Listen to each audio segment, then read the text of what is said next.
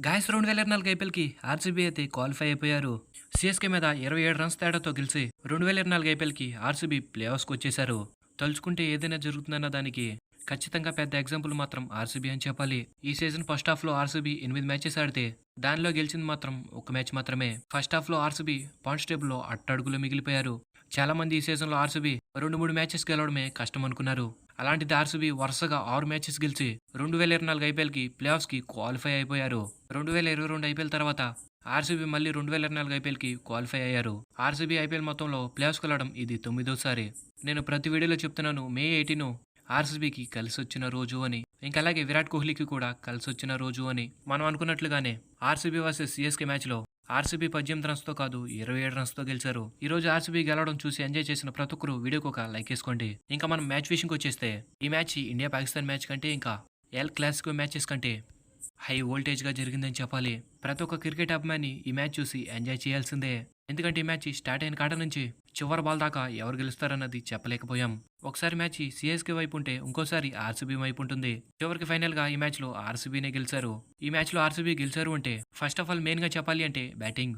CSK ఈ మ్యాచ్‌లో toss గెలిచి బౌలింగ్ తీసుకున్నారు. ఇంకా RCB first batting. Openers Faf du Plessis ఇంకా విరాట్ కోహ్లీ అదర్ కొట్టేశారు. ఫస్ట్ 3 ఓవర్లకే 31 రన్స్ చేశారు.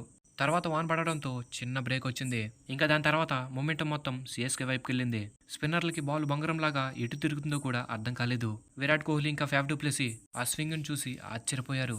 పిచ్‌లో బాల్ ఎంత స్వింగ్ అయినప్పటికీ విరాట్ కోహ్లీ ఇంకా ఫ్యాఫ్ డు ప్లెసీ ఎర్లీగా అదర్ కొట్టేశారు. బాల్ స్పిన్నర్లకి ఎంత స్వింగ్ అయినప్పటికీ పిచ్‌ని అర్థం చేసుకుంటూ స్లోగా ఆడారు. ఈ మ్యాచ్‌లో మాత్రం విరాట్ కోహ్లీ ఇంకా ఫ్యాఫ్ డు ప్లెసీ వాళ్ళ ఎక్స్పీరియన్స్ మొత్తాన్ని వాడేశారు.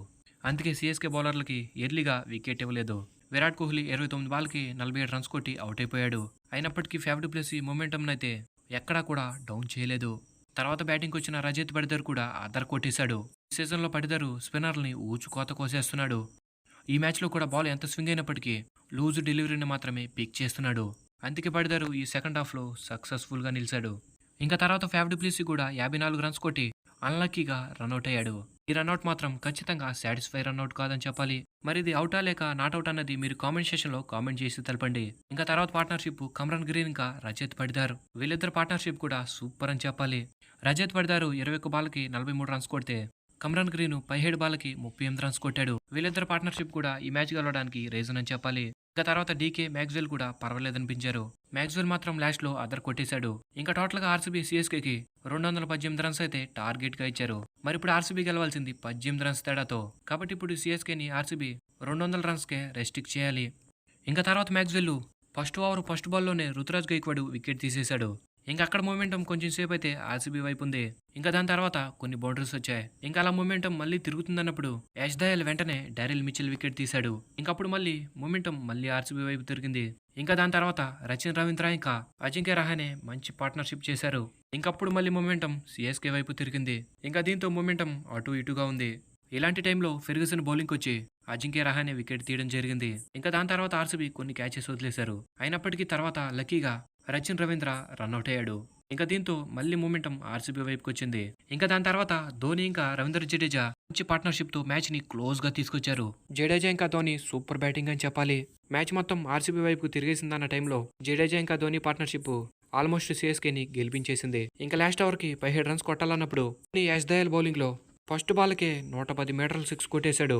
ఇంకా దీంతో ఆల్మోస్ట్ మ్యాచ్ అయితే అయిపోయింది అనుకున్నాం. కానీ తర్వాత బాల్కి ధోని అవుట్ అయిపోయాడు. ఇంకా అక్కడే సీఎస్కే మూమెంటాన్ని కోల్పోయారు. యాష్ దయాల్ ఫస్ట్ బాల్ 6 ఇచ్చినప్పటికీ ఇంకా నెక్స్ట్ వేసిన 5 బాల్స్ లో కేవలం 1 రన్ ఇచ్చాడు. యాష్ దయాల్ని లాస్ట్ ఇయర్ చాలా మంది రింకు సింగ్ తో 5 సిక్స్లు కొట్టించాడు అని చాలా మంది చాలా రకాలుగా అయితే తిట్టారు. దానికి మాత్రం ఇది బెస్ట్ రివెంజ్ అని చెప్పాలి. ప్రతి ఒక్కరికి ఒక రోజు వస్తుంది. అలాగే యాష్ దయాల్కి కూడా ఈ రోజు వచ్చింది. ఇంక ఇలా ఫైనల్‌గా 2024 ఐపీఎల్‌కి ఆర్సీబీ సీఎస్కే మీద గెలిచి క్వాలిఫై అయిపోయారు. ఇంక ఈ మ్యాచ్ మధ్యలో చాలా యాక్షన్లు అయితే జరిగాయి. క్రూషియల్ టైంలో ఫ్యాఫ్ డు ప్లెసీ 1% కూడా ఛాన్స్ లేని క్యాచ్ అయితే పట్టేశాడు. ఈ క్యాచ్‌కి అవుట్ ఆఫ్ 10కి మీరు ఎంత ఇస్తారన్నది కామెంట్ సెక్షన్‌లో కామెంట్ చేసి తెలపండి. ఇంకా అలాగే ఆర్సీబీ ఇలా 2024 ఐపీఎల్‌కి ప్లే ఆఫ్స్‌కి వెళ్ళడం మీకు ఎలా ఉందనేది కామెంట్ సెక్షన్‌లో కామెంట్ చేసి తెలపండి. Thanks for the watch. Have a nice day.